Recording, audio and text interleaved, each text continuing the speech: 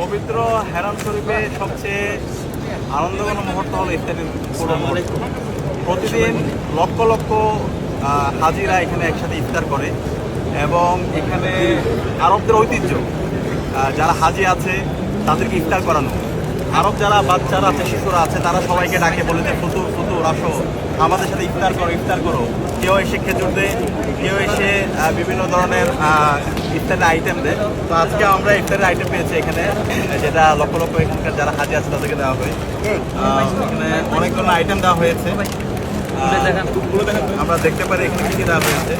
এবং এটা শুধু ইফতার না, এটা একটা হচ্ছে আমাদের তবরক। এখানে আছে বিভিন্ন ধরনের বন আছে, খেজুর আছে, এরপরে হচ্ছে জুস আছে, পাশাপাশি বিভিন্ন ধরনের বিস্কিট আছে, খেজুর আছে, এবং সবচেয়ে বড় কথা হচ্ছে আনলিমিটেড জমজমের পানি।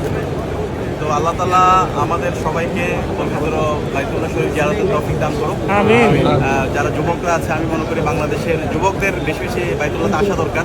আমাদের এই দেশের এবং বিশেষ করে ভারতীয় উপমহাদেশের একটা ঐতিহ্য হচ্ছে একটু বৃদ্ধ হওয়ার পরে আমরা বাইতুল্লাহতে আসবো, এখানে এসে আল্লাহর জিয়ারত করবো। কিন্তু ওই সময় বৃদ্ধ অবস্থায় এই জিয়ারতের আর শক্তি থাকে না।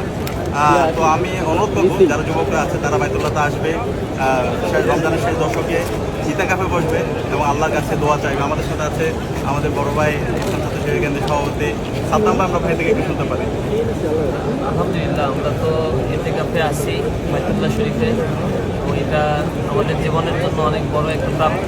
আল্লাহর ঘরে কাবার পাশে বসে আমরা প্রতিনিয়ত জিয়ারত করতে পারছি, কাবা ইতিকাফে বসতে পারছি, ইবাদত করতে পারছি। কিয়ামুল লাইল হয় এখানে সুললিত কণ্ঠে। আর হাদিসের মধ্যে আসছে কিয়ামতের আগ পর্যন্ত সব জায়গায় ইসলাম বিকৃত হলেও, ইবাদত বিকৃত হলেও, মক্কা মদিনায় অবিকৃত অবস্থায় আল্লাহ রাসূলের ইবাদত পদ্ধতি সকল কিছুই চালু থাকে। সুতরাং এখানে এসে নামাজ পড়ে ইবাদতের সকল কিছু দেখে আমরা অত্যন্ত মনোমুগ্ধকর তেলাওয়াত এগুলো শুনে অনুপ্রাণিত। রাতের বেলায় দীর্ঘ সময় ধরে কিয়ামুল লাইল হচ্ছে। আমাদের এখানে খাবারের ব্যবস্থার জন্য কোনো চিন্তা করতে হয় না, বসে থাকলেই আল্লাহর রহমত, খাবার চলে আসে। আলহামদুলিল্লাহ, সবাইকে আসার আমন্ত্রণ। খুবই ভালো একটা পরিবেশ।